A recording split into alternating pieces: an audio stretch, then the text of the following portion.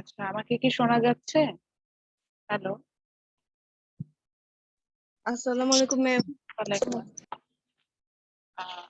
তো আমি একটু ক্লাসটা ফার্স্ট ফার্স্ট স্টার্ট করি, এবং আপনাদের যদি কোনো কোয়ারিজ থাকে আসলে আজকে আমরা সেগুলো নিয়ে আলোচনা করবো। আজকে আমরা কোনো নতুন কোনো টপিক স্টার্ট করব না। আমরা এই পর্যন্ত যা যা পড়েছি সেটার উপরে বেসিকলি আমাদের আজকে মানে আমরা just it's a kind of review class. আমরা রিভিউটা করবো এবং আপনাদের কোনো প্রবলেম থাকলে সেটা সলভ করবো। So this is our last lecture, which is lecture 24, and আপনাদের যেটা ক্লাস টেস্ট নিয়েছিলাম, I counted that extra class. So এই ক্লাসের অ্যাটেন্ডেন্সটা ওটার সাথে আসবে, এটাই বলতে চাচ্ছিলাম। আজকের ক্লাসে মেইনলি আমাদের রিভিউতে যাব। তো বিফোর স্টার্টিং দ্য ক্লাস আপনাদের প্রবলেমটা কোথায় আমাকে যদি আগে একটু কাইন্ডলি শেয়ার করে নিতেন, দেন আমি আসলে সেখান থেকে স্টার্ট করবো। প্রবলেম গুলো কোথায় কোথায় আছে?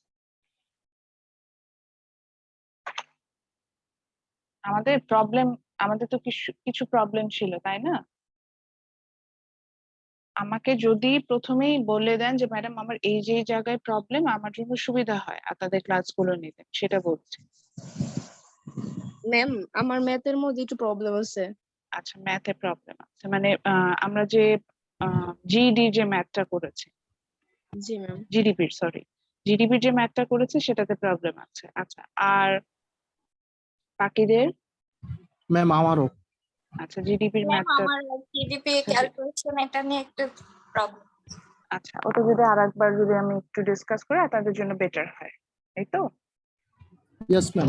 Yes ma'am. আচ্ছা, আর হচ্ছে গিয়ে প্রেজেন্টেশন নিয়ে কোনো কোশ্চেন আছে? ম্যাম প্রেজেন্টেশন ডেটটা কি ম্যাম আর একটু বাড়ানো যায়? লাস্ট 24 ডেটটা হলে ভালো হতো। বুঝিনি, প্রেজেন্টেশনের কালকে সন্ধ্যা 6টা পর্যন্ত সময় আছে। ম্যাম একটু বাড়ানো যাবে? ম্যাম প্লিজ, আমার তো ল্যাপটপ নেই, সো আর পিসিতে ওয়েবক্যাম নেই, সো এটা আসলে কিভাবে প্রেজে দিয়ে তো অ্যাপসটা ই করেছিলাম কিন্তু এটাতে কাজ হয় নাই কোনো, সো এর জন্য আমি এটা করতে পারছি না। সো করবো এই ম্যাম সমস্যার মধ্যে পরীক্ষা আছি। আর পর্যন্ত দিলে একটু হ্যাঁ, আপনার পরীক্ষা পর্যন্ত যদি একটু ডেডলাইনটাও বাড়ায় দিতেন। আমি কিন্তু প্রেজেন্টেশনটার জন্য আপনাদেরকে প্রিপেয়ার করে আনছি থ্রু আউট দ্য সেমিস্টার, এটা কি মনে আছে? পুরো জি ম্যাম। সেমিস্টার ধরেই কিন্তু প্রিপেয়ার করে নিয়ে আসছি, লাইক যে প্রেজেন্টেশনটা দিতে হবে, এটা এভাবে হবে, এবং হচ্ছে গিয়ে what can I say?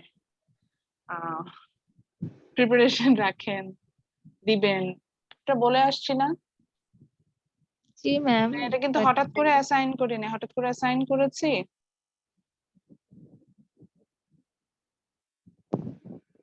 No ma'am. হঠাৎ করে কিন্তু অ্যাসাইন করি না। এখন যদি সেটা বলেন, এটা এটা বেশ আনফরচুনেট আমার জন্য যে ম্যাডাম শেষ করতে পারিনি অন টাইমে। আচ্ছা, এখন আপনাদের সাথে আসলে অন্য অনেকগুলো কোর্সে, আমার সবগুলো কোর্সে আসলে ভিডিও প্রেজেন্টেশন অ্যাসাইন করা। আমি দেখি ওদের কি অবস্থা, যদি ওরকম হয় তাহলে আমি কিছু টাইম বাড়াবো। মেইন কথা কি, আমি যদি আপনাদের আরো 1 মাসও টাইম বাড়াই দিই তারপরেও এরকম অবস্থা হবে, যে করা সে আসলে শুরুতেই করে ফেলে, আর যে করে না তার আসলে যত যাই করি না কেন আমরা, তার দেখা যাবে যে প্রবলেমটা থাকবে। আচ্ছা, আমি এটাকে কিছু মনে করিনি, আমি জাস্ট ক্লিয়ার করে বলছি। আমি আপনাদের মনে হয় ক্লাসে বলেছিলাম যে আমি আপনাদের কোনো মেসেজের রেসপন্স করি না থ্রু দ্য মেসেঞ্জার, মানে any kind of social media. তো আপনার যদি কোনো প্রবলেম হয় সেটা সরাসরি হচ্ছে কি গুগল ক্লাসরুমে পোস্ট করবেন, এটা একটু বলেই দিচ্ছি। হ্যাঁ, আমাকে যদি মেসেঞ্জারে মেসেজ পাঠান, স্পেশালি ফেসবুক মেসেঞ্জার, আমি জানিয়ে রাখছি, জেনে রাখাটা ভালো। আমি আগেও ক্লিয়ারলি বলেছি কিনা ফরগট, তবে আমার বলার কথা। যদি মেসেঞ্জারে এতই নিতান্তই জানানোর ইচ্ছা হয় তাহলে আমাদের একটা মেসেঞ্জার গ্রুপ আছে, সেখানে জানাতে পারেন। আদারওয়াইজ আর অন্য কোনো মাধ্যমে আমি কিন্তু এগুলো মানে আমি টু বি অনেস্ট আমি আদার্স মেসেজ চেকই করি না, কোনো স্টুডেন্টের ফ্রেন্ড রিকোয়েস্ট অ্যাকসেপ্ট করি না, আদার্স মেসেজ চেক করি না। তো দ্যাট আমি আসলে দেখি না যে আপনি আমাকে কি মেসেজ পাঠাচ্ছেন। তো আপনি আমাকে পাঠিয়ে রাখলে তো আসলে হবে না, আমি তো এটা দেখবই না। তো এই কারণে হচ্ছে গিয়ে আমি একটু রিকোয়েস্ট করব যে আপনাদের যখনই হচ্ছে গিয়ে কোনো প্রবলেম হবে আমাকে মেসেঞ্জার গ্রুপে কাইন্ডলি নক করবেন। তাহলে হচ্ছে গিয়ে আমি দেখা যাবে যে আপনার প্রবলেমটা সলভ করতে পারবো। মেইন কথা এটা। আমাকে হয়তো মেসেঞ্জারে নক করে রেখেছেন কোনো বিষয়ে, আমি তো মেসেজই দেখছি না। তো আমি কিভাবে সলভ করব? প্রবলেমটা ওই জায়গায় এসে দাঁড়ায়। তো এটা আর মানে এটা যাতে না হয় এইজন্যই হচ্ছে গিয়ে আমি এই রিকোয়েস্টটা করে রাখলাম যাতে আপনি এই কাজটা করেন। ওকে। সো আজকে আমরা হচ্ছে তাহলে রিভিউ ক্লাসে চলে যাই। আ প্রেজেন্টেশনের জন্য যেটা বলছিলাম যে প্রেজেন্টেশনের জন্য আমি বলি নাই যে প্রেজিটা ইউজ করা ম্যান্ডেটরি। আবারও বলছি যদি ক্লাসগুলো রেকর্ডেড ভার্সন গুলো শুনেন, আমি যে রেকর্ডেড ভার্সন গুলো শেয়ার করেছি ওগুলো যদি ক্লিয়ারলি শুনে থাকেন ওখানে দেখবেন যে আমি বারবারই বলেছি যে you can use any of them, যে কোনো একটা। আপনার যদি কোনো অপশন না থাকে আপনি জুম দিয়ে একটা ভিডিও মেক করে দিতে পারেন। তারপরও যদি অপশন না থাকে সেক্ষেত্রে আপনি জাস্ট ভিডিও প্রেজেন্টেশনটা মানে একটা জায়গায় প্রেজেন্টেশন দ্বারা মেক করছেন, ওটা ভিডিও মানে একটা জায়গায় দ্বারা আপনি প্রেজেন্টেশনটা দিচ্ছেন ওখান থেকে দেখে ভিডিওটা মেক করা হলো। এভাবেও হচ্ছে গিয়ে আপনি কিন্তু ভিডিও প্রেজেন্টেশন দিতে পারেন। আমি আপনাকে অনেকগুলো অপশন দিয়েছি, একটা না। যাতে হচ্ছে গিয়ে আপনাদের আহ মানে আপনারা মানে কি বলবো যাতে ইউজ করতে পারেন বিষয়গুলো, মানে ইউজ টু হতে পারেন, মেইনলি এটাই ছিল বিষয়। সো এটাই বলতে চাচ্ছিলাম, এটা নিয়ে ওয়ারিড হওয়ার কিছু নাই। প্রেজেন্টেশনটা যে আমাকে ওই ইয়াতেই দিতে হবে, মানে অনলাইন প্ল্যাটফর্মেই দিতে হবে, জুম ইউজ করতে হবে, প্রেজে ইউজ করতে হবে এরকম না। আপনার যেভাবে সুবিধা আপনি সেভাবেই প্রেজেন্টেশনটা দিতে পারেন। আমি এটা নিয়ে ডিটেল আলোচনা করেছি। সো আবারও বলছি, প্রেজে ইউজ করাটা it's not a mandatory thing, it's a kind of supporting tool. If you want you can use that, that's it. So আমরা আজকের ক্লাসে যেহেতু আপনাদের প্রবলেম আছে আমি সেখানে যাব। তো তার আগে একটু আমি আসবো যে আমরা আসলে কি কি পড়েছি এই সেমিস্টারে, আমাদের মানে ফাইনালের জন্য আমাদের কি কি থাকবে সেটা একটু জানিয়ে দেই। এই জন্য হচ্ছে গিয়ে আমরা আমাদের প্রথম দিকের যে পার্টটা শুরু করেছিলাম সেখানে চলে যাচ্ছি। সো এখানে আমরা দেখেছিলাম হচ্ছে গিয়ে যে আমরা আমাদের যে রেফারেন্স বুকটা ছিল সেখান থেকে প্রথমে পড়া শুরু, সরি এটা একটু করে নেই। রেফারেন্স বুকটা যেটা আমাদের ছিল সেখান থেকে আমরা প্রথম হচ্ছে গিয়ে পড়া শুরু করলাম আমাদের যে মাইক্রো ইকোনমিক্স, এবং সেখান থেকে আমরা প্রথম যে চ্যাপ্টারটা পড়েছিলাম that's about the type of goods. আচ্ছা, আমি যদি ভুল না করি তাহলে আমরা ডিমান্ড চ্যাপ্টার 4 যেটা আমাদের ছিল সেটা হচ্ছে ডিমান্ড পোর্শনটা পর্যন্ত আমরা মিডে পড়ে আসছিলাম, তাই না? জি ম্যাম। ডিমান্ড পর্যন্ত মানে চ্যাপ্টার 4, এই বইয়েরই চ্যাপ্টার 4, সেটা ডিমান্ড পর্যন্ত আমরা মিডে পড়ে আসছিলাম, আর সাপ্লাইটা হচ্ছে গিয়ে সাপ্লাই এন্ড ইকুইলিব্রিয়াম পোর্শনটা আমরা ফাইনালে পড়েছি। ওটা করার পরে আমরা যেটা করেছি সেটা হচ্ছে গিয়ে যে আমরা এই চ্যাপ্টারটাতে চলে গিয়েছি। মানে এই চ্যাপ্টারটা স্টার্ট করেছি, দিস ইজ চ্যাপ্টার 11। এখানে আমরা হচ্ছে টাইপ অফ গুডস সম্পর্কে জেনেছি, মানে অর্থাৎ বিভিন্ন ধরনের পণ্য সম্পর্কে জেনেছি, এবং সেখানে আমরা দেখেছিলাম যে দেয়ার আর two criteria, one is excludability, another one is rival in consumption. So according to that goods are 4 type. দুটা অফ পয়েন্ট ছিল, একটা হচ্ছে গিয়ে যে আপনি চাইলে কাউকে ওই প্রোডাক্টটা কনজিউম করতে এক্সক্লুড করতে পারবেন কিনা সেটা, এবং হচ্ছে গিয়ে রাইভাল ইন কনজাম্পশন, অর্থাৎ আপনার কনজাম্পশন অন্য কারো কনজাম্পশনের জন্য ক্ষতিকর হয়ে দাঁড়াবে কিনা, অর্থাৎ কনজাম্পশন কমিয়ে দেবে কিনা বা বাড়িয়ে দেবে কিনা, এরকম একটা বিষয় আসে। সো সেটা হচ্ছে গিয়ে দুটা পয়েন্ট ছিল। সো সেই দুটা পয়েন্ট ওয়াইজ আমরা এখানে পেয়েছিলাম যে গুডস হচ্ছে গিয়ে আহ সো যেটা হচ্ছে গিয়ে সেই জন্য হচ্ছে গিয়ে আমরা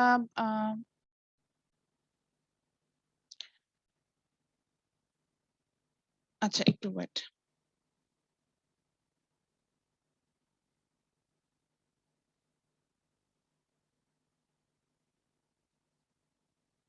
সো আমরা যেটা আমি বলতে চাচ্ছিলাম যে আমরা হচ্ছে গুডসটাকে এরকম মানে দুইটা ক্রাইটেরিয়া দিয়েছিলাম, তো সেটা অনুযায়ী আমরা এটা 4 ভাগে পেয়েছি, এটাই বলতে চাচ্ছি।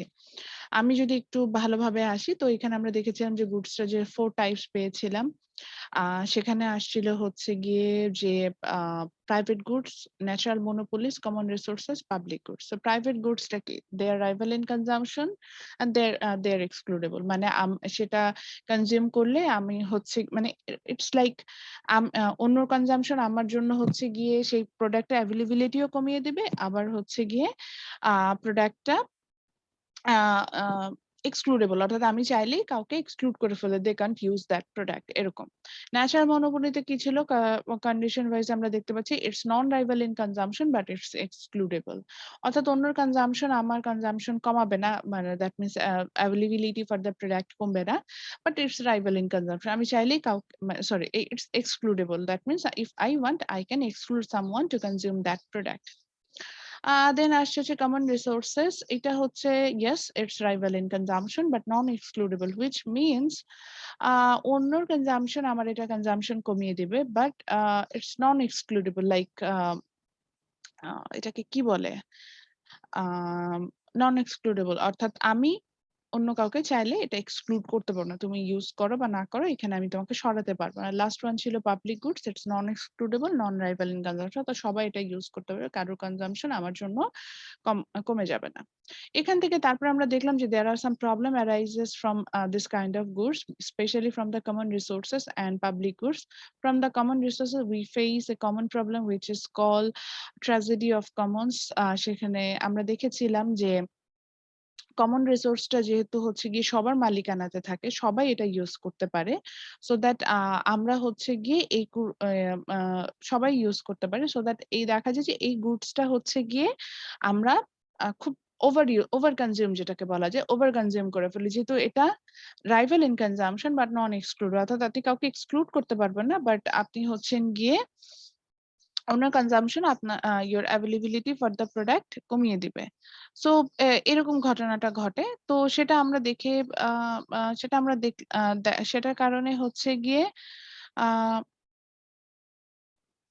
সেটার জন্য হচ্ছে গিয়ে আমরা দেখলাম যে এটা আমরা প্রবলেমটা ফেস করলাম, এবং পরবর্তীতে দেখা গেল যে ট্র্যাজেডি অফ কমন্স এ দেখা যায় যে যে ওভার কনজিউম করছে তারটাও নষ্ট হচ্ছে, যারটা ওভার কনজিউম হচ্ছে না তার কারণেও, মানে সেও কিন্তু এখানে সাফারার হচ্ছে, অর্থাৎ সবার জন্য এটা একটা প্রবলেমেটিক সিচুয়েশন অ্যারাইজেস হয়। যেমন আমরা দেখতে পেয়েছেন যে আমরা একটা বাস্তব এক্সাম্পল নিয়ে কথা বলেছেন যে ঢাকা শহরে বুড়িগঙ্গা নদী, হয়তো আপনি সেটাকে ওভার কনজিউম করি নাই, আশেপাশে যে ফ্যাক্টরি গুলো ছিল তারা তাদের ওয়েস্ট ওখানে ডাম্প করেছে এবং সেখান থেকে ওভার কনজিউম হয়েছে।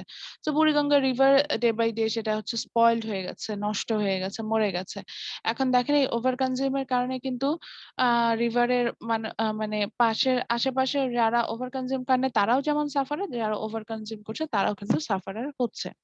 সো ট্র্যাজেডি অফ কমন্স এই বিষয়টাই বোঝায় যে আমি ইউজ করি বা না করি I will be the sufferer one, এরকম একটা বিষয় ছিল।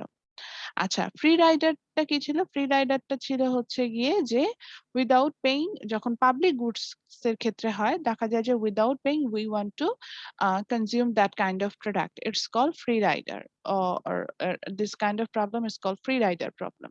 আমাদের পাবলিক গুডস এর ক্ষেত্রে দেখা যায় যে এটা নন excludable non rival in consumption, আমরা চেষ্টা করি যদি কোনো ক্ষেত্রে পাবলিক গুডসটাকে হচ্ছে গিয়ে পে করার একটা অপশন চলে আসে, আমরা কখনোই সেটা পে করতে চাই না, উইদাউট পেইং আমরা গুডসটাকে কনজিউম করতে চাই, এখান থেকে ফ্রি রাইডার প্রবলেমটা অ্যারাইজ হয়।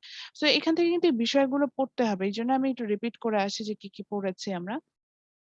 So after this chapter we started another chapter which is called externality, very easy chapter, যেখানে আমরা দেখেছিলাম যে এটার আগের চ্যাপ্টারটা চ্যাপ্টার 10, আমরা দেখেছিলাম যে one person economic activities can affect another person economic activities, maybe in positive way or negative way. So positive way, if it's affect in positive way it's called positive externality, if it's affect in negative way it's called negative externality.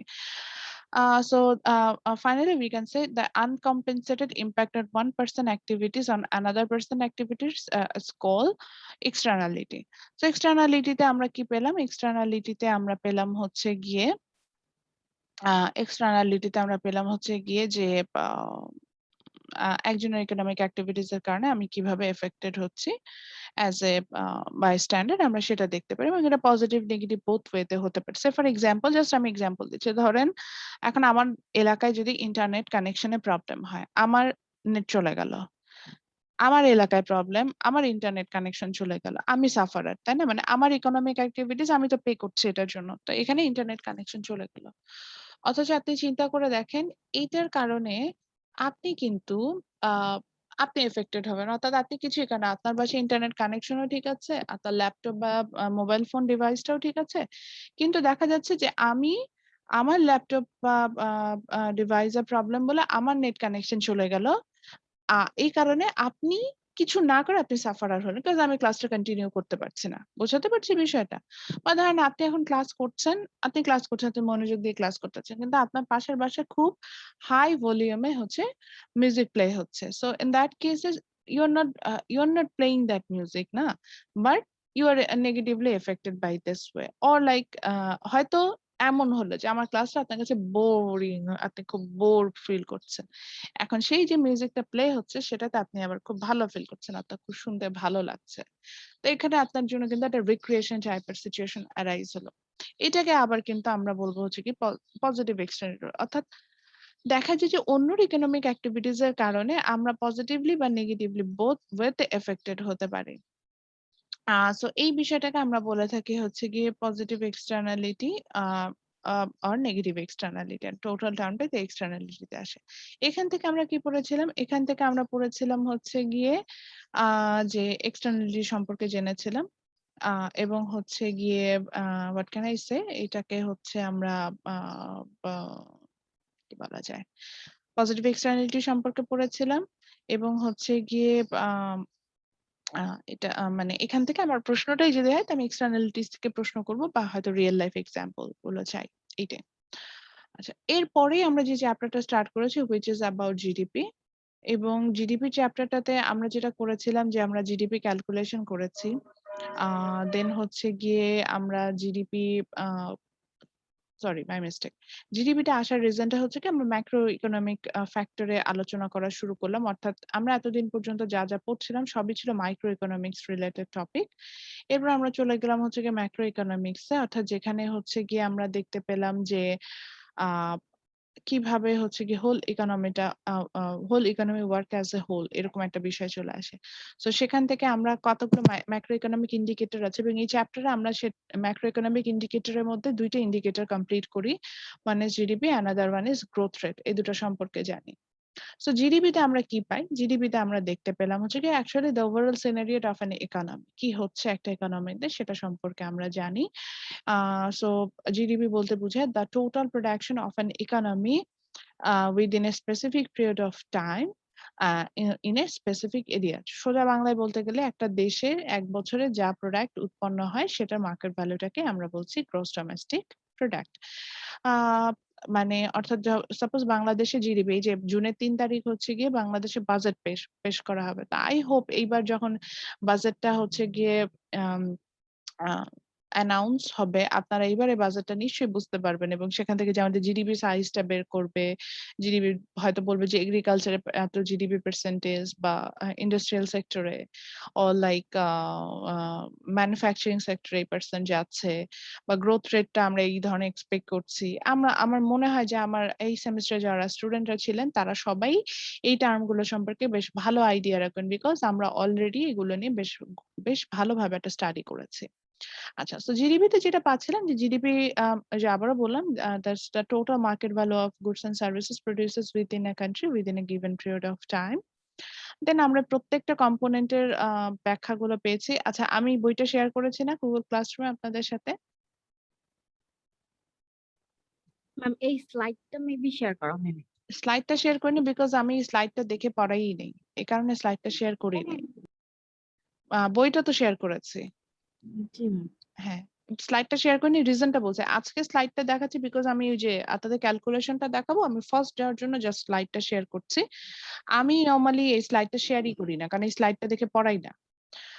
তো এরপরে আমরা চলে গিয়েছিলাম হচ্ছে গিয়ে যে GDP দুইটা অ্যাপ্রোচে calculation করা যায়। One is expenditure approach, another one is income approach, and from there we have find out a gross domestic product is equal to its total expenditure, আর we can say aggregate expenditure and aggregate income. অর্থাৎ একটা দেশে GDP calculation করার জন্য দুইটা approaches আছে। Total expenditure, পুরা যে আমরা যে মোট যে খরচ করছি সব সিটিজেনরা মিলে সেটা, অথবা হচ্ছে গিয়ে টোটাল ইনকাম, অর্থাৎ যে ইনকাম আমরা যে আর্ন করছি সেটা। তো পরবর্তীতে আমরা ফাইন্ড আউট করলাম যে এই দুটো অ্যাপ্রোচের মধ্যে বেস্ট অ্যাপ্রোচটা হচ্ছে গিয়ে এক্সপেন্ডিচার অ্যাপ্রোচ, এবং আমরা দেখলাম যে এই দুটাকে ক্যালকুলেশন করলে একটা দেশের যে জিডিপি সাইজ যেটা সেটা ইজিলি ফাইন্ড আউট করা যায়। ফাইনালি আমরা যেটা পড়েছি, যেখান থেকে আমরা ক্যালকুলেশনটাতে করেছি, which is the types of GDP. সেখানে আমরা যে দেখেছি GDP is two types, one is nominal GDP, another one is real GDP. Nominal GDP টা আমরা পেলাম হচ্ছে গিয়ে in this cases we calculate the GDP in current market value.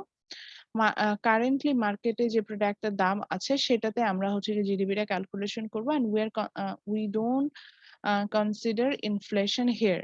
So এটাকে আমরা বলছিলাম হচ্ছে nominal GDP, and in nominal GDP the thing will be calculated in current market prices, but in real GDP the things will be calculated on uh, with the adjustment of inflation. আমরা ইনফ্লেশনটাকে adjust করে কিন্তু real জিডিপিটা পাবো।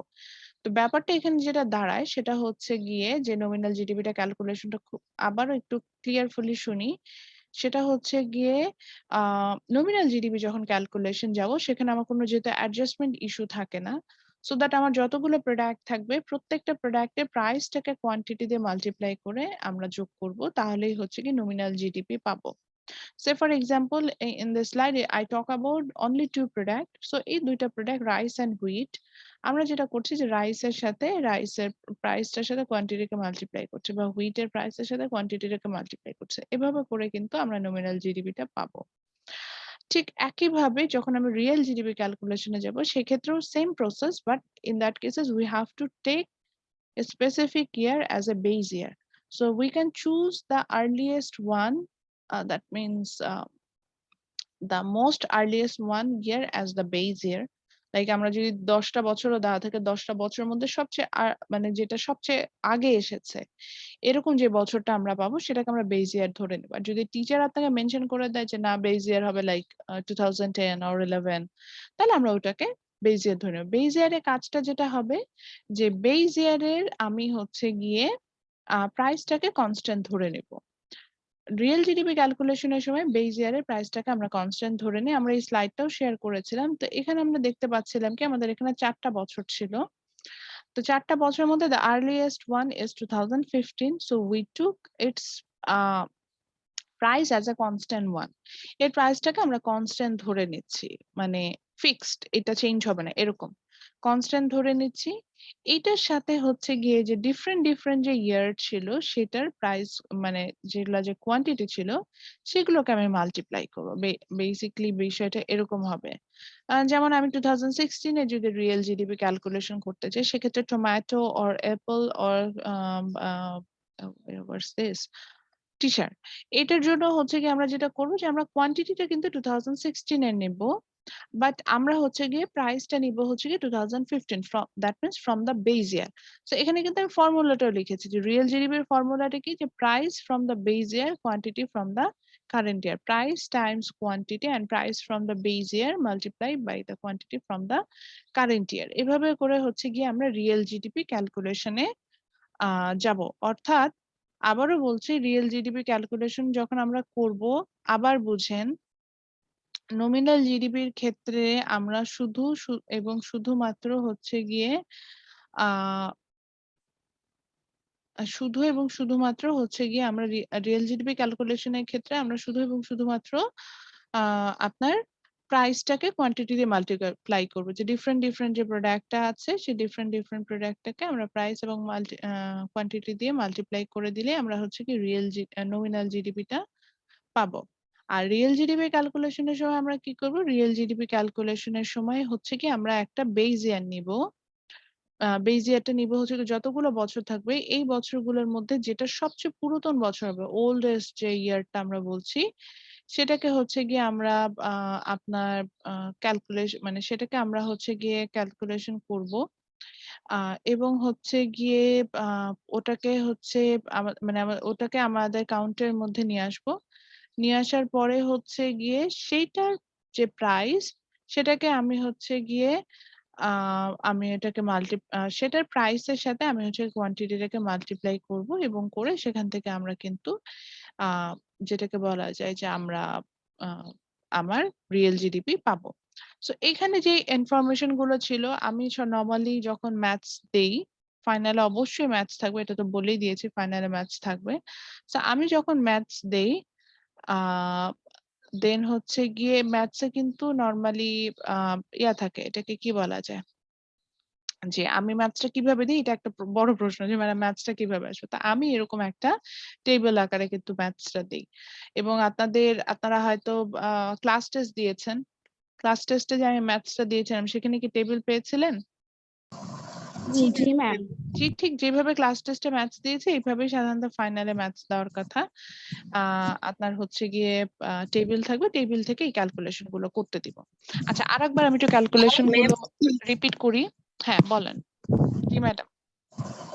Ma'am যখন আমি ma'am যে shirt, তারপর হচ্ছে Apple আর হচ্ছে টমেটো, তিনোটায় যখন আমি রিয়েল জিডিপি বের করব, তখন কি ম্যাম যোগ করব তিনোটা লিখা বের হ্যাঁ করে? হ্যাঁ হ্যাঁ, আলাদা আলাদা। আচ্ছা, রিয়েল জিডিপি যখন বের করব প্রোডাক্টের কথা চিন্তা করবেন, আগে ইয়ার ধরে চিন্তা করবেন, ঠিক আছে ম্যাডাম? একটু বলি, যেমন ধরেন আপনি 2016 এর রিয়েল জিডিপি বের করছেন, আপনি কি করবেন, আপনি জানেন আপনার 3টা প্রোডাক্ট আছে, 3টা প্রোডাক্টের কোয়ান্টিটি আপনি নেবেন 2016 এর, প্রাইসটা নেবেন হচ্ছে 2015 এর।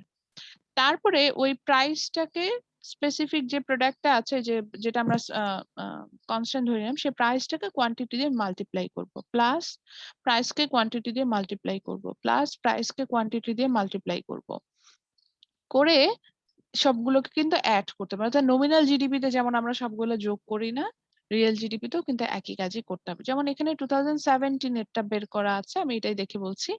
2017 এর যখন রিয়েল জিডিপি নিলাম, দেখেন এই যে 55, এটা হচ্ছে 2017 এর টি শার্টের কোয়ান্টিটি, বাট প্রাইসটা যে $3 নিলাম, এটা কিন্তু 2015 সাল, which is our base year, সেটার প্রাইস, প্লাস এই যে প্লাস সাইন দিলাম কারণ এগুলা অ্যাড করব।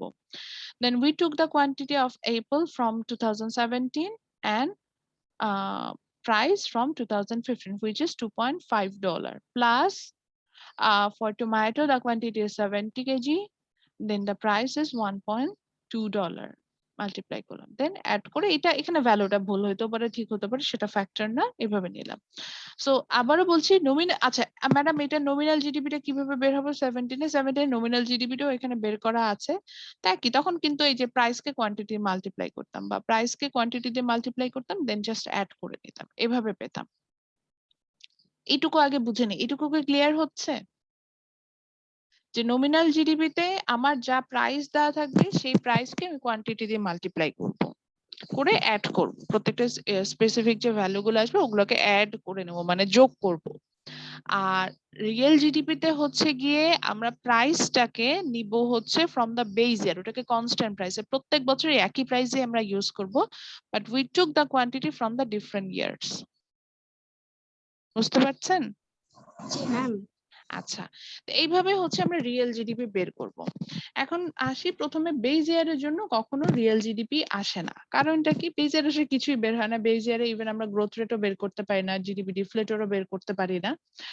কারণ হচ্ছে বেস ইয়ারের সাথেই তো কম্পেয়ার করছে, আর বেস ইয়ারের প্রাইসটা দিয়েই তো আমরা কনস্ট্যান্ট ধরে কাজটা করছি, তাহলে বেস ইয়ারটাকে কিভাবে আমরা হচ্ছে গিয়ে এখানে কনস্ট্যান্ট ধরবো, মানে কাজটা করব কিভাবে, তো এটা একটা বিষয় চলে আসে।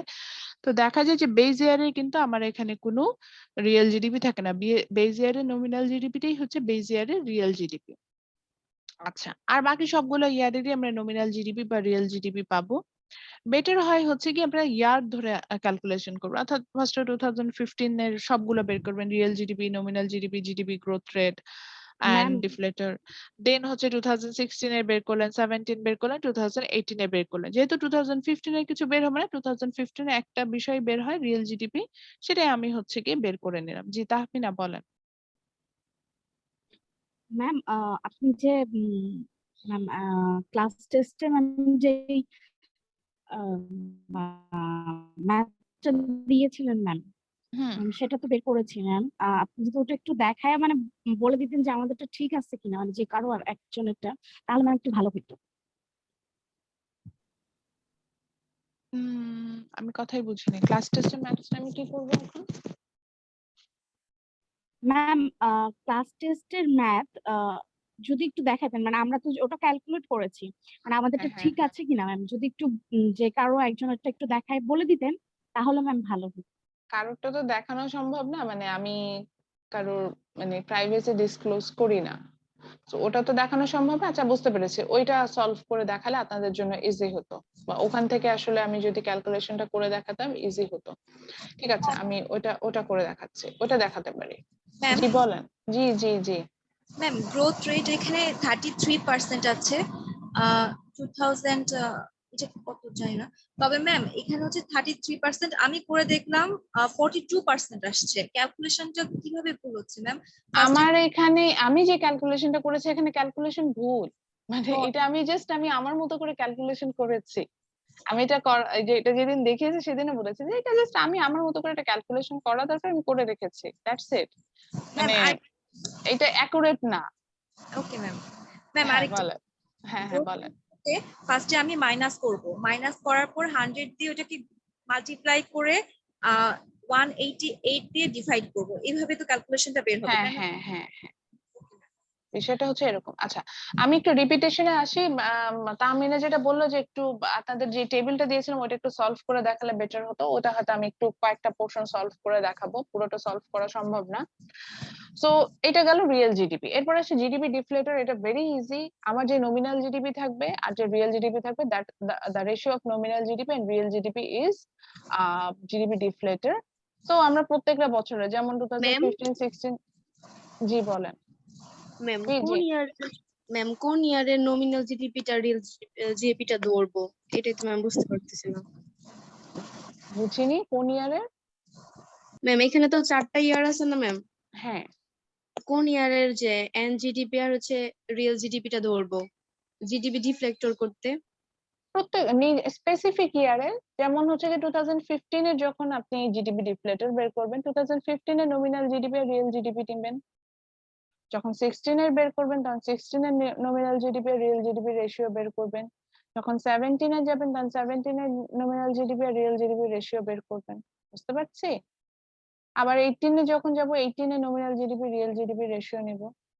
যেমন এখানে আমি বের করেছি হচ্ছে 2016 এর।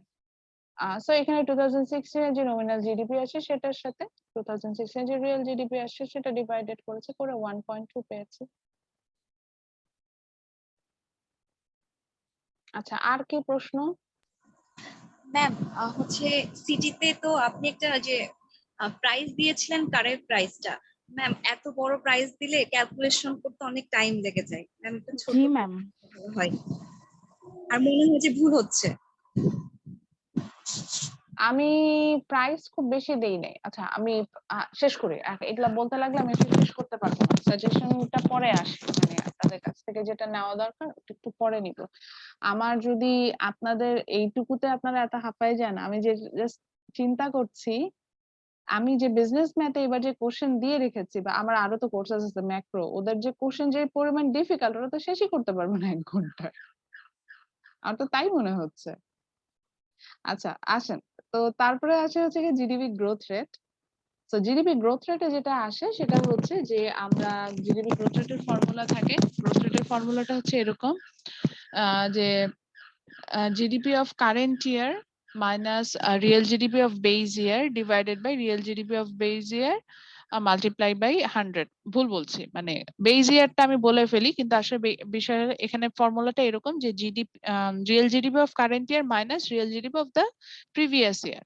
সো সাপোজ আমি যদি 2017 এর গ্রোথ রেট বের করতে চাই, সেক্ষেত্রে 17 এর যে রিয়েল জিডিপি আছে সেটা থেকে এর প্রিভিয়াস ইয়ার যেটা ছিল 2016 সেটা মাইনাস করব, divided by the real GDP of previous year, অর্থাৎ প্রিভিয়াস ইয়ারে যে আবার রিয়েল জিডিপি থাকবে সেটা দিয়ে ডিভাইড করব, দেন হোল টার্মটাকে 100 দিয়ে মাল্টিপ্লাই করব, এইভাবে পার্সেন্টেজে একটা অ্যানসার আসবে।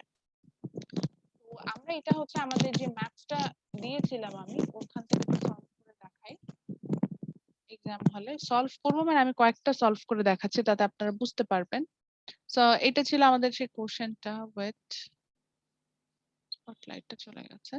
So this is our class test question for your ma'am examination. তো এখানে আমি কোথায় প্রাইস কোথায় বেশি দিয়েছি? একটা প্রাইস যথেষ্ট ছোট প্রাইসে দিয়েছি, এবং কোয়ান্টিটি একমাত্র কারের প্রাইস তো বেশি হবে। গাড়ির দাম কি আপনার $1-2 দাম হয়? গাড়ির দাম কি বেশি হয় না? জি ম্যাম। তো গাড়ির জি দাম তো $10,000 দিতে হবে। গাড়ির সাপোজ এই কোশ্চেন যদি কেউ দেখে তাহলে তো হাসবে। সাপোজ আমি যদি গাড়ির দাম দেই $100, তো হাসতে হাসতে পড়ে যাবে যে $100 গাড়ি পাওয়া যায়, মানে এটা কি ধরনের কথাবার্তা? হাসবে তো মানুষজন। আচ্ছা, সো এখান থেকে হচ্ছে আমরা একটা ক্যালকুলেশনে যাব, সেটা হচ্ছে রিয়েল জিডিপি, নমিনাল জিডিপি, মানে সবগুলোর একটা করে ক্যালকুলেশন করে দেখাবো। তো এখানে আমরা কি দেখতে পাচ্ছি, আমি সবগুলোই চেয়েছি। তো এখানে উই হ্যাভ 4 ইয়ার্স, সো 4টা যেহেতু বছর আছে তার মধ্যে তাহলে আমরা দেখতে পাচ্ছি 2016 কি সবচেয়ে পুরাতন বছর না? জি ম্যাম। 2016টা যদি সবচেয়ে পুরাতন বছর হয় তাহলে পুরাতন বছরটাকে আমরা কি বলি? বেজ ইয়ার। তাহলে এটা কি আমার বেজ ইয়ার হবে না? তাহলে আমি আমার বোঝার জন্য দরকার হলে আমি এক্সাম হলে বসে আমার যে বেজ ইয়ার হবে তার প্রাইসটাকে আমি কনস্ট্যান্ট ধরে নিই। আমি প্রাইস গুলোকে কনস্ট্যান্ট ধরে নিচ্ছি, যে আমি ইয়েলো কালারে হাইলাইট করে দিচ্ছি যাতে আপনিও দেখে বুঝতে পারেন। ইয়েলো কালারে হাইলাইট করে দিলাম যে আমি বেজ ইয়ারের প্রাইসটাকে কনস্ট্যান্ট ধরে নিয়েছি, এন্ড আমি সেটাকে হচ্ছে গিয়ে হাইলাইট করে নিচ্ছি যে এটা আমার কনস্ট্যান্ট, মানে এটা বেজ ইয়ার এবং এটা প্রাইসটা কনস্ট্যান্ট। এখন আসি, already here I mention 2016 is the base year. আমি যদি মেনশন না করতাম তাহলে 2016 নিতাম। সাপোজ আমি যদি 2017 কে মেনশন করতাম তাহলে 2017 কে ইউজ করি আমরা হচ্ছে কি এখানে ক্যালকুলেশনটাতে যেতাম। অর্থাৎ এরকম না যে আমাকে জানতেই হবে যে কোনটা স্পেসিফিক আমার হচ্ছে গিয়ে বেজ ইয়ার হবে। মানে আপনার টিচার যে বলে দিবে এমন না, টিচার না বলে দিলে আপনি নিজে চাইলে ক্যালকুলেশনটা করে নিতে পারেন। আচ্ছা, এখন আমি এনজিডিপিটা বের করব। সো এনজিডিপি বের করছে, আমি 2016 এর বের করছি। সো 2016 এ যখন আমি এনজিডিপি বের করছি, আমরা কি করবো, প্রাইস কে কোয়ান্টিটি দিয়ে মাল্টিপ্লাই করবো। সো 30, আমার প্রথমে আমি চকলেটের প্রাইস কোয়ান্টিটি পেলাম 30, এটার প্রাইস হচ্ছে $3। দেন আমি অ্যাড করলাম হচ্ছে গিয়ে অ্যাপেলের কোয়ান্টিটি ছিল 20, প্রাইসেস $2.525, প্লাস আমি কার পেলাম হচ্ছে 4টা, প্রাইসেস $10,000। এগুলোকে সব যোগ করে আমার যে ভ্যালুটা আসবে সেটাই। সো আমি এস্টিমেট একটা ভ্যালু ধরে নিয়েছি, সাপোজ এটার ভ্যালু আসবে হচ্ছে 40,000, এটা সাপোজ মানে $40,500। আমি এটা জাস্ট একটা একটা আন্দাজে ভ্যালু ধরে নিলাম, যেহেতু আমার অনেকগুলো কাজ করতে হবে সেটা। এটা ছিল হচ্ছে 2016 এর জন্য। 2016 এর জন্য আমরা বের করছিলাম, সেখানে আমরা এটা পেলাম। এখন 2016 এর জন্য আমরা কি দেখবো, যে 2016 এর জন্য যে নমিনাল জিডিপিটা আসবে সেটা কিন্তু এর রিয়েল জিডিপির সমান হবে। এটা কিন্তু আমি আপনাকে বারবারই বলেছি যে 2016 এর জন্য নমিনাল জিডিপি যা আসবে রিয়েল জিডিপি কিন্তু তার সমানই হবে। এরপরে চলে যাই হচ্ছে 2017 এ। তো 2017 এ আমরা যেটা পেলাম, আচ্ছা এখন প্রশ্ন হচ্ছে ম্যাডাম 2016 এর আপনি আর কিছু বের করলেন না, লাইক গ্রোথ রেট বা জিডিপি ডিফ্লেটর। আমি তো এটা বলেছি যে এগুলো কম্পেয়ার করার বিষয় আসে, তো কম্পেয়ার করার জন্য আমার এখানে কোনো প্রিভিয়াস ইয়ার নাই। সো বেজ ইয়ারে সাধারণত এই নমিনাল জিডিপি ছাড়া আর কিছু বের হয় না। আমি রিয়েল জিডিপিটা ইকুয়াল লিখে রাখলাম যাতে আপনি বুঝতে পারেন যে নমিনাল জিডিপি যেটা আমরা ধরেছি এটাই আমরা রিয়েল জিডিপি হিসেবে নিব। একইভাবে 2017 এ যখন আমি নমিনাল জিডিপিটা বের করছি, তো নমিনাল জিডিপিটা বের করার জন্য আমরা কি করছি, যে এটার প্রাইসটাকে কোয়ান্টিটিতে মাল্টিপ্লাই করবো। So for example 40 times 3.5 plus then আমার quantity for apple is 33 times $2.2, price is here $2, plus then for car the quantity is 8 times $12,000. That's it. So এটাকে আমরা প্লাস মাইনাস করে 8 12 কত হয়, 8 12 72। জি ম্যাম। হ্যাঁ 8 12 72। সো 72,000 আমি একটু বেশি ধরলাম যে এখানে $72,000 সামথিং। সো আমি এখানে হয়তো এটার প্রাইসটাকে ধরে নিলাম যে $72,500 এরকম একটা প্রাইস পেলাম। এরপরে আমরা রিয়েল জিডিপি আসবো। এখন রিয়েল জিডিপি যখন যাব আমাদের কিন্তু বলে দিয়েছে যে বেজ ইয়ারের প্রাইসটাকে কনস্ট্যান্ট ধরে নিতে। তো ওই যে কনস্ট্যান্ট প্রাইসটাকে কিন্তু আমি মার্ক করে রেখেছি। তো আমি চকলেটের কোয়ান্টিটি নিলাম 40 units times the price is $3, constant price which is from 2016. Then for apple the quantity is 33, the constant price is $2.525, plus আমরা যখন হচ্ছে গিয়ে কারেরটা যাচ্ছি, কারের কোয়ান্টিটি আমার 2017 এ ছিল হচ্ছে 8, কিন্তু কারের 2016 এর প্রাইস ছিল হচ্ছে $10,000। সো এখান থেকে ক্যালকুলেশন করলে দেখা যাবে যে আচ্ছা আমি মনে হয় একটু ভুল করছি, 4 12 ম্যাম ওইটা 96 হ্যাঁ 96,000 সামথিং সামথিং আসবে। হ্যাঁ আমি এখানে একটু ভুল করেছি। 206 হবে ম্যাম ওইটা। হ্যাঁ 96,206। ঠিক আছে, এরকম একটা ভ্যালু আছে। তো এখান থেকে যখন আমি এখানে আবার রিয়েল জিডিপি ক্যালকুলেশনে যাচ্ছি 2017 এ, সেখানে আমরা কি করলাম আবারও বলি, সেখানে আমরা যেটা করলাম সেটা হচ্ছে গিয়ে যে আমরা প্রত্যেকটা বছরের স্পেসিফিক যে ইয়ার গুলো ছিল সেই প্রত্যেকটা মানে 2017 এর আমি কোয়ান্টিটিটা কিন্তু 2017 থেকে নিয়েছি, এই যে 40 বা 33 বা 8 কারের কোয়ান্টিটি, বাট প্রাইসটা আমি নিচ্ছি হচ্ছে কি আমার যে কনস্ট্যান্ট যে বছরটাকে ধরেছি 2016 সেখান থেকে, এবং সেখান থেকে ক্যালকুলেশন করে আমরা এই অ্যান্সারটা পেলাম। আচ্ছা তো এইটার ভ্যালুটা যেহেতু আমরা দেখতে পাচ্ছি 80,000, আমি এটাকে 81,000 ধরে নিলাম আমার সুবিধার জন্য। তো এখানে এটার অ্যান্সারটা আমরা এরকম পাবো যে 81,000 সামথিং।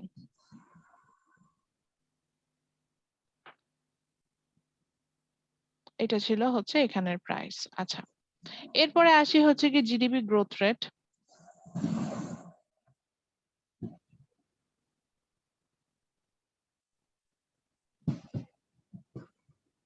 সো গ্রোথ রেট ক্যালকুলেশনে কি হবে? গ্রোথ রেট ক্যালকুলেশন আমার ফর্মুলা হচ্ছে real GDP of current year minus real GDP of previous year divided by real GDP of previous year multiply by 100। Whole টার্মটাকে আমরা 100 দিয়ে মাল্টিপ্লাই করে নিব, এটা হচ্ছে সিস্টেমটা। তো সেক্ষেত্রে তাহলে আমরা কারেন্ট ইয়ারের রিয়েল জিডিপিটা কি পাচ্ছি? কারেন্ট ইয়ারের এখানে আমরা রিয়েল জিডিপিটা পাচ্ছি হচ্ছে গিয়ে 81,000 মাইনাস প্রিভিয়াস ইয়ারের রিয়েল জিডিপিটাকে পেলাম যেটা হচ্ছে 2016 এর, সেটা হচ্ছে 40,000 সামথিং,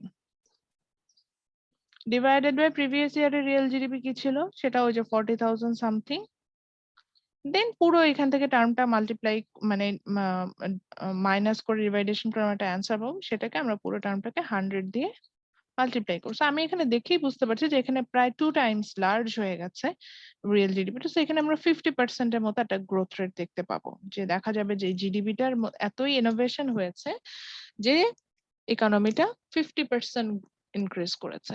আচ্ছা ফাইনালি আমাদের যেটা বাকি থাকে সেটা হচ্ছে জিডিপি ডিফলেটর। তো জিডিপি ডিফলেটর বের করার সিস্টেম হচ্ছে রিয়েল জিডিপি ডিভাইডেড বাই না আমি যদি ভুল না বলি nominal GDP divided by real GDP. So 2017 এর ডিফলেটর আসবে, তো 2017 এর নমিনাল জিডিপি কত 96,000 সামথিং 206 ডিভাইডেড বাই ওটার real GDP which is 81,000 something.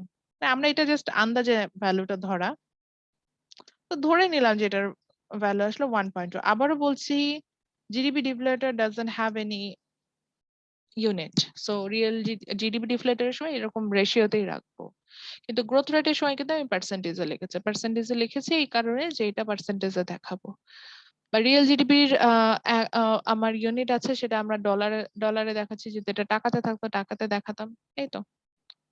তো আমি কি বুঝাতে পারছি? দেখেন এইভাবে আমি ইয়ার ধরে করেছি, এইভাবে 2018 এরও বের করতে পারবো, 2019 এরও বের করতে পারবো। তো ম্যাথসটা আসলে ডিফিকাল্ট না, জাস্ট মানে আপনার ওই যে আমাদের যে টেন্ডেন্সি আছে যে অনলাইনে এই টেন্ডেন্সিটা চলে আসে প্লাগারিজম করার, এটা কপি করবো ওটা কপি করে, কপি পেস্ট না করে নিজেই যদি ম্যাথসটা আস্তে আস্তে করতে থাকেন আপনি দেখবেন যে আপনার ম্যাথসটা হয়ে যাবে।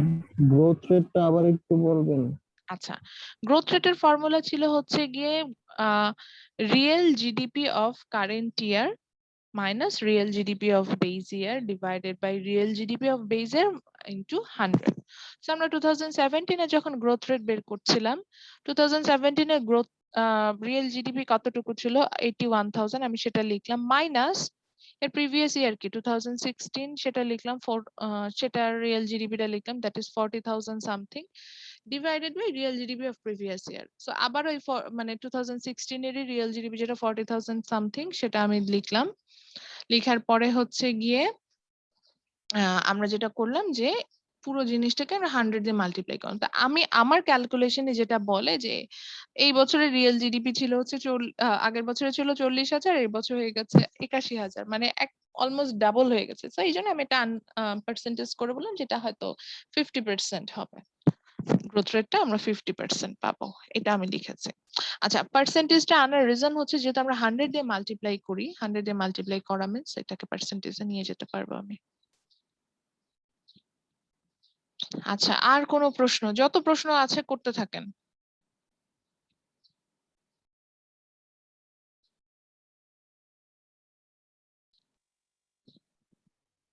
ম্যাম এইখানে মানে গ্রোথ রেটটাতে এখনো কনফিউজ হচ্ছি যে জাস্ট যেই রেজাল্ট আসবে ওইটার সাথে পার্সেন্টেজটাই তো দিয়ে দেবো, তাই না? হুম। ওকে, ঠিক আছে ম্যাম।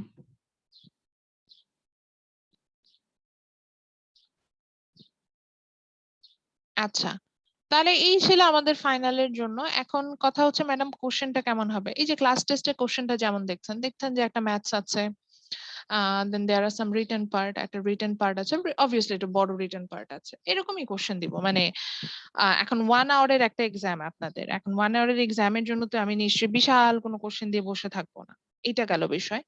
আমি দেখা যাবে যে অবশ্যই ম্যাথস পার্টটা থাকবে, সেখান থেকে আমি প্রশ্ন করব, কিন্তু ম্যাথস পার্টটা থাকবে সেখান থেকে আমি প্রশ্ন করব, কিন্তু সেটা হচ্ছে গিয়ে আহ আহ কি বলবো,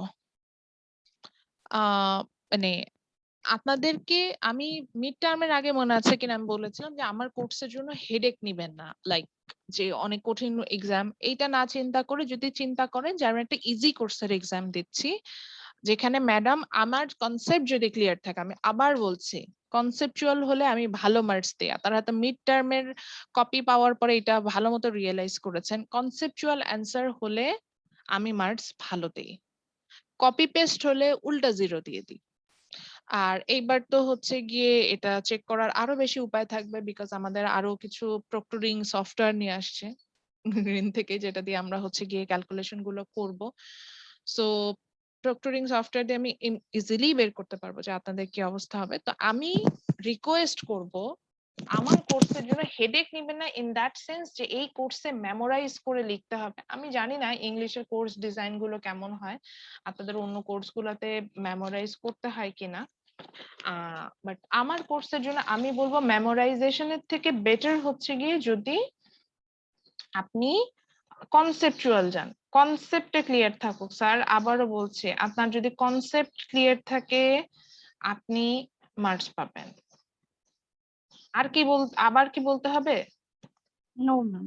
আচ্ছা, আমি একটু ম্যাম অ্যাটেন্ডেন্স নিব। ভাইবাতে কি এই আচ্ছা, টাইপের ভাইবা নিয়ে একটু কোশ্চেন করার আগে একটু অ্যাটেন্ডেন্স নিয়ে নিই, তারপরে ভাইবাতে আসছি। আচ্ছা, আমি যাদের যাদের নাম বলবো জাস্ট হচ্ছে গিয়ে ইয়া করেন, বাকিদের অ্যাটেন্ডেন্স আমি অলরেডি দিয়ে দিয়েছি, এই জন্য বললাম। বিথি আছেন ক্লাসে? মারিয়া আক্তার, বৃথি, ওকে। তাহমিনা হোসেন, ওনাকে তো পেলাম। মোহনা গাজী টিভা,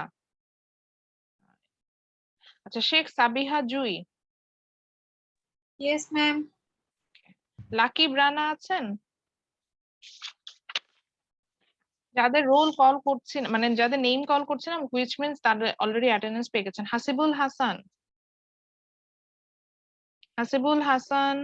জি ma'am. Farzana Akter, Sabria Akter. Yes ma'am. Yes, ma'am. Hasibul দিয়েছি attendance. Hiramoni, yes ma'am. Jisan তো আছেন। শাহিদা আক্তার পান্নারও দিয়ে দিয়েছি। বন্যা দাস, বন্যা। আচ্ছা, Anamika Akter, yes ma'am. Okay. Zahidul Islam, Zahidul Islam. Sajibur Rahman, Yes, ma'am. Okay. Mehrin Siddique, Panti Chakma, ঠিক আছে, সো এবার আসি হচ্ছে ভাইবার ব্যাপারে। আপনাদের কি মনে আছে কিনা আমি যখন মিড টার্মে জিডিপি না ওই ডিমান্ডের চ্যাপ্টারটা পড়াচ্ছি, আমি বলছিলাম যে এটা আমার খুব পছন্দের চ্যাপ্টার। এটা হচ্ছে এমন একটা চ্যাপ্টার যে চ্যাপ্টার থেকে আমি অনেক প্রশ্ন করতে পারবো। সো আমাদের যে সাপ্লাই অ্যান্ড ইকুইলিব্রিয়াম পোর্শনটা আছে সেখান থেকে দেখা যাবে যে অনেক প্রশ্ন করা যায়, অনেক প্রশ্ন করার জায়গা আছে। এরপরে হচ্ছে গিয়ে আমি আচ্ছা কোশ্চেন গুলো কেমন করুন, ছোট ছোট কোশ্চেন করে সাপোজ আমি কোশ্চেন করলাম যে সাপোজ জিসানের ভাইবা নিয়েছি, জিসান কাজ করলাম যে what is common goods. So common goods ওনার যে আইডিয়া আছে ওনাদেরকে তখন বলতে হবে যে yes madam common goods means that those goods they are non excludable but rival in consumption, বা আমি বলতে পারি give me an example about common goods. So সে বললো যে madam like fish in the ocean or like government like the park, common park which in which we can enter everyone.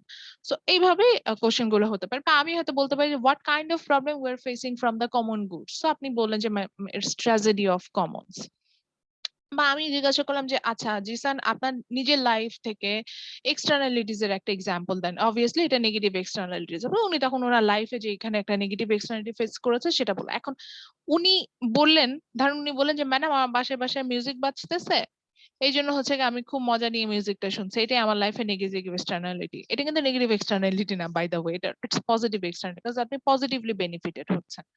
তো এরকম যদি হয় তাহলে তো মার্কস পাবে না, মানে আপনার যদি অ্যান্সার অ্যাকুরেট হয় সেভাবে পান, এবং ছোট ছোট প্রশ্ন করি এন্ড আমি এক্সপেক্ট করি the answer will be conceptual. এটাই কোশ্চেন। এখন আসি মানে জিডিপি থেকে প্রশ্ন কেমন করবেন, জিডিপি ডেফিনেশন, জিডিপি থেকে তো অনেক প্রশ্ন করা জায়গা আছে, definition of GDP, real GDP, nominal GDP, growth রেটটা কি, বা জিজ্ঞাসা করতে হবে যে রিয়েল জিডিপি কিভাবে ক্যালকুলেশন করি, বা গ্রোথ রেটটা কিভাবে ক্যালকুলেশন করি, জিডিপি ডিফলেটার কিভাবে ক্যালকুলেশন করি, এরকম। ম্যাডাম ভাইবা থেকে ম্যাথস আস্ক করেন? সাধারণত করি না, বিকজ যেহেতু অলরেডি আমি ওই যে ওইটা কি বলে আপনার ইয়ার ক্যালকুলেশনের সময় ম্যাথস করে ফেলি, মানে ফাইনালে কোশ্চেনে ম্যাথস দিয়ে ফেলেছি, সো আমি দেখা যেতে ম্যাথস থেকে ম্যাথস পোর্শন থেকে কোনো কোশ্চেন করি না। এটাই। সো এই তো ভাইভা নিয়ে ওয়ারিড হওয়ার মতো বিষয় কিছু আছে? আচ্ছা ভাইভাতে এবার কিন্তু বলে দিয়েছে যে আপনাদের কিন্তু ভিডিও প্ল্যাটফর্মে থাকতে হবে, তো মেন্টালি প্রিপারেশন রাখবেন যে ম্যাডাম যদি বলে মানে আমি যদি আমি কেন যে কোনো টিচারই যদি আপনাকে বলে আপনাকে কিন্তু ভিডিও প্ল্যাটফর্মে আসতে হবে, চট করে আমি হয়তো বলে দিতে পারি যে ভিডিওতে আসেন, সো এইটা প্রিপারেশন নিয়ে আসবেন। মানে আমাদের একটা বেসিক ইনস্ট্রাকশন দেয় প্রত্যেকটা এক্সামের আগে অ্যাসেসমেন্ট কিভাবে, তো ওখানে এটা আমি দেখেছি আছে যে ভিডিও প্ল্যাটফর্মে আসতে হবে, তো আপনাদের যদি আমি আস্ক করি আপনাকে কিন্তু ভিডিও প্ল্যাটফর্মে আসতে হবে, তো সেটা আসবেন। ঠিক আছে, ওকে ম্যাম। ওকে। ম্যাম, জি ম্যাম ফার্স্টে কি ভাইবা হবে নাকি ফার্স্টে রিটেন হবে? না, আজকে ফার্স্টে হচ্ছে রিটেন হওয়া, তাদের এক্সাম কবে আমি ভুলে গিয়েছি, এটা মোস্ট প্রবাবলি 23 তারিখ না 25। 25, 25 বিকালে, এক্সামটা কিন্তু বিকালে 3টা থেকে, if I am not wrong 3টা থেকে 4টা হচ্ছে আপনাদের গুগল ফর্মে এক্সাম, তাই না? তার 15 মিনিটস পর থেকে যে ভাইভা সেশন স্টার্ট হবে। সো 3টা থেকে 4টা আপনার গুগল ফর্মে এক্সাম দিবেন, আমি হয়তো যে একটু টাইমিং তো বেশি দিই, হয়তো এটা 4টা 5 পর্যন্ত থাকবে যাতে আপনি সাবমিট করতে পারেন ঠিক মতো, তারপরে একটু রেস্ট নিয়ে হচ্ছে গিয়ে 4টা 15 থেকে তাদের ভাইভা শুরু হবে। ভাইভা কিভাবে শুরু করব, আমি আপনাদের গুগল ক্লাসরুমে স্লট দিয়ে দিব। আচ্ছা এটা ভালো জিনিস মনে করে দিয়েছেন, বলে দিই, স্লট দিয়ে দিব, রোল ওয়াইজ একটা স্লট থাকবে, ঠিক আছে? যেমন ধরেন রোল জাস্ট আমি বলছি যে 001 থেকে শুরু করে 009 পর্যন্ত, 4:15 থেকে 4:45 পর্যন্ত, তো ওই স্লটের ভিতরে যাদের রোল থাকবে তারা ওই সময় এসে ভাইভাটা দিয়ে দিবেন। আপনার যদি না থাকে আপনার তখন আপাতত জুম লিংকে জয়েন করা দরকার না, কারণ আপনি জানেন আপনার ভাইবার স্লট দেওয়া হচ্ছে 5:30 থেকে, তো 5:30 আসেন, কারণ আপনার স্লট যখন দেওয়া সেই স্লটের আগে আমি আপনার ভাইবার নিতেই পারবো না, কারণ আমার স্টুডেন্ট অনেক, আপনাদের বেশ অনেক student permanent campus city campus মিলে, তো আমি দেখা যায় যে নিতে মানে ক্লাসে কম আসেন, কিন্তু আমি যখন ফাইনালে কপি চেক করতে যাই তখন দেখি আবার স্টুডেন্ট ঠিকই, মানে যা আমার হিসাবে যতজন স্টুডেন্ট আছে সবাই চলে আসে। সো এখন আসি যে ম্যাডাম আমি যদি স্লট মিস করি, লাইক আমার স্লট 4:30টায় আমি মিস করে ফেলেছি, 4:30 থেকে 5টা আমি হয়তো সেই স্লটে জয়েন করতে পারি বিকজ অফ নেট কানেকশন, সেই ক্ষেত্রে যেটা হবে যে আপনি যদি স্লট মিস করে যান শেষে জয়েন করবেন, অর্থাৎ লাস্ট স্লটটা দেখবেন যে লাস্ট স্লটটা কখন, যদি দেখেন যে লাস্ট স্লটটা 6টা থেকে, 6টা স্লটে জয়েন করবেন। অর্থাৎ যারা মিস করে যাবেন বাই এনি কেসেস, তখন আর কোনো স্লট ইন্টারাপ্ট না করে লাস্টে জয়েন করবেন। যারা মিস করবেন আমি আবার তাদের ভাইবাটা লাস্টে নিয়ে নিব। ম্যাম হ্যাঁ বলেন। ম্যাম আগের বার একটা প্রবলেম হয়েছিল, আমরা হ্যাঁ। যখন একজন করেছিলাম তখন অনেকেই ঠিক সময় জয়েন করতে পারি নাই, মানে গুগল ফর্মটা আমরা পাই নাই। ম্যাম হ্যাঁ যেন এরকম প্রবলেম তো না হয়। হ্যাঁ ম্যাম, হ্যাঁ ইনশাল্লাহ। গতবার যে প্রবলেমটা হয়েছিল, এই যে আমাদের এটা নিয়ে বহুত কথা বলেছে, এক্সেসটা যেটা আমরা কিন্তু যখন আমি সেট আপটা করি এক্সেসটা ঠিক করে দিই, কিন্তু আমার যখন ওই আপনাদের এক্সাম শুরু হয় তখন ওখানে আসলে বসে থাকে এমপিসির সামনে, ফর্মটা আপলোড হওয়ার পরে আমি আবার সেটিংসে যে সেট এক্সেসটা ছড়াই ফেলতে, মানে এটা আমি যত যাই করি না কেন, যতবার গুগল ফর্মটা আমি আপডেট দিব, মানে আপডেট মানে যতবার আপনার সামনে এটা অ্যাসাইন হবে ততবার সে এক্সেস করে ডিনাইড হয়ে যায়, তো আমার এক্সেসটা আবার ওপেন করে দিতে হয়। তো এবার আমি এটা চেষ্টা করব যে আমি মানে দরকার হলে একটু আগে এক্সেসটা দিয়ে দিব, ওইটাই বললাম যে আপলোড করে রাখবো, ডোন্ট ওয়ারি। ম্যাম এক্সামে কয়টা কোশ্চেন থাকবে ম্যাম?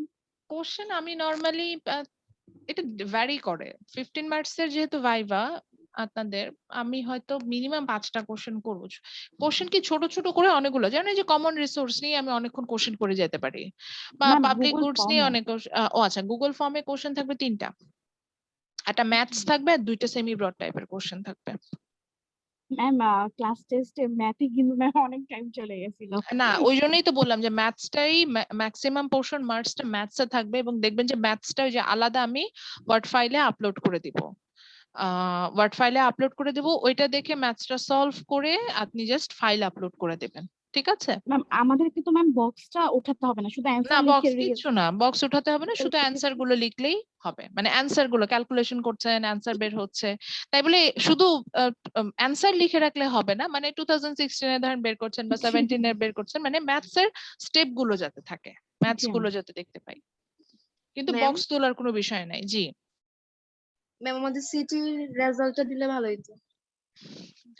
সিটি তো আমি হচ্ছে মানে আমার সাথে আবার এখন একটা অ্যাসিস্ট্যান্ট দরকার, বুঝছেন, যিনি আমার সাথে হচ্ছে সারাদিন কাজ করবে, তাহলে হচ্ছে আমি বুঝাতে পারতাম যে কি পেইনফুল সিচুয়েশনে আমি আছি। আমি না আসলে আমার কাছে মানে বাকি সব ফ্যাকাল্টি মেম্বাররা আছে, বিশ্বাস করেন আমার কোনো ঈদের ছুটি নেই, আমি ঈদের দিনও কাজ কাজ করেছি। ক্যান ইউ ইমাজিন, কালকেও আমার তো সারাদিন ক্লাস আছে, সন্ধ্যায় হচ্ছে গিয়ে মিটিং আছে, মানে প্রতিদিন মানে এত ওভার প্রেশারাইজড। আমি না প্রে করছি যে যখন শুনলাম যে নেক্সট সেমিস্টারও যে যখন স্কুলের যে স্কুল কলেজ গুলো ছুটি বাড়ালো, আমি লিটারেলি আনহ্যাপি যে না ছুটি আর না বাড়ুক, I want to go university, আমার এত কাজ করতে হয়তো না, এত প্রেশারাইজড আমরা। আপনারা হয়তো অনলাইনে আপনারা বিরক্ত, আপনারা ভাবেন যে জুম লিংক আছে, জুমে লিংক জেনারেট করাটাও কিন্তু একটা কাজ, এগুলাও আমাকে করতে হয়, মানে এত কাজ করতে হয় যে আপনি চিন্তা করতে পারবেন না। এই জন্য মানে আমি এখন না কোনো কিছু আগে অ্যাসুরেন্স দিতাম অমুক তারিখে দেখবো তমুক তারিখে দেখবো, এগুলো কিচ্ছু বলি না, because I know my self যে আমি কি পরিমাণ ওভার প্রেশারাইজড। বাট ম্যাম এক্সামের পরপরই ম্যাম আপনি ওই যে আমাদের যে অন্যান্য মার্কস গুলো থাকবে মানে প্রেজেন্টেশন বা ক্লাস টেস্ট 65 মার্কস যেটা 65 মার্কসটা ডিসক্লোজ করবো আমি, ইয়া ট্রু, ওটা দিব। ওইটা হয়তো এটা আপনাদের এক্সাম তো শুরুর দিকে না, ওই জন্যই বললাম যে 65 মার্কসটা আমি এক্সামের আগে গুগল ক্লাসরুমে আপলোড করে দিব, এটা করব। ওকে ম্যাম তাহলেই হবে ম্যাম। ঠিক আছে ম্যাম তাহলে। আমাদের কোর্স হ্যাঁ অ্যাসাইনমেন্টও দেওয়া হয়নি, যে 10 মার্কের কোর্স সেটা অ্যাসাইনমেন্ট। হচ্ছে ম্যাডাম মনে আছে কি আমি বলেছিলাম যে আপনারা যে ব্রেকআউট রুম অ্যাক্টিভিটিস করেছেন সেখান থেকে একটা মার্কস পাবেন, জি ম্যাম। এটা হচ্ছে সেখান থেকে অ্যাডজাস্ট হয়ে আসবে। ওটা কোর্স অ্যাসাইনমেন্ট, ওটা গ্রুপ অ্যাসাইনমেন্ট বলে, গ্রুপ। তো ব্রেকআউট রুম অ্যাক্টিভিটিস কি আমাদের গ্রুপ টাস্ক ছিল না কাইন্ড অফ, জি ম্যাম। ওখান থেকে মার্কসটা পাবেন মেইনলি। ঠিক আছে তাহলে ইনশাল্লাহ নেক্সট তো ম্যাম ক্লাস নাই, ইনশাল্লাহ এক্সামের দিন দেখা হবে। And if you have any question একটু মেসেঞ্জার গ্রুপে নক করেন, ঠিক আছে, আমি ওখানে হয়তো অ্যান্সার দিয়ে দেবো। জি কেউ একজন আরেকটা কোশ্চেন করতে যাচ্ছিলেন। ম্যাম আমি মিডিয়ার জেনারেল অ্যাসাইনমেন্টের রেজাল্টটা পাইনি। আচ্ছা, অনামিকা, অনামিকা আপনি কি গুগল ফর্মে সাবমিট করেছিলেন? জি ম্যাম। গুগল ফর্মে সাবমিট করলে এমন কি হয়েছে আপনি ফাইল আপলোড করেছেন? না ম্যাম, আমি খাতায় লিখে দিছিলাম, ম্যাম দেখতে হইব। এটা এরকম হতে পারে যে আপনি, কারণ আতাদের ক্লাসে এই ভুলটা আমি করি নাই, সবগুলো গুগল ফর্মই চেক করেছে। আপনি একটু ক্রস চেক করে দেখেন যে আপনি ফাইল আপলোড করে রেখেছেন কিনা। মোস্ট প্রবাবলি আপনি ফাইল আপলোড করেছেন, এই কারণে আমি দেখতে পাই নাই, মানে গুগল ফর্মে আমার আপনার অ্যান্সারটা আসে নাই। আচ্ছা, সেটাই যদি হয়ে থাকে আপনি ওখানে একটা পার্সোনাল কমেন্ট করে রাখেন যে মানে আপনার যে ফাইল যেখানে আপলোড করো ওখানে একটা কমেন্ট করেন যে ম্যাডাম আমার কপিটা চেক করা হয় না, আমি ওখান থেকে মার্কসটা দিব। ঠিক আছে দেখে ম্যাম। ঠিক আছে, ওকে, তাহলে বেস্ট অফ লাক। আর ঠান্ডা মাথায় এক্সাম দিবেন, ওইটাই বললাম। এক্সট্রা হেডেক না নিয়ে মাথায় রাখবেন যে ইটস এ কনসেপচুয়াল কোর্স, আমার কনসেপ্টটা ক্লিয়ার থাকলে আমরা এক্সাম ভালো দেব। ঠিক আছে, সবাই ভালো থাকবেন, বেস্ট অফ লাক। আসসালামু আলাইকুম ম্যাম। আসসালামু আলাইকুম। ম্যাম ওয়ালাইকুম আসসালামু আসসালাম। আলাইকুম।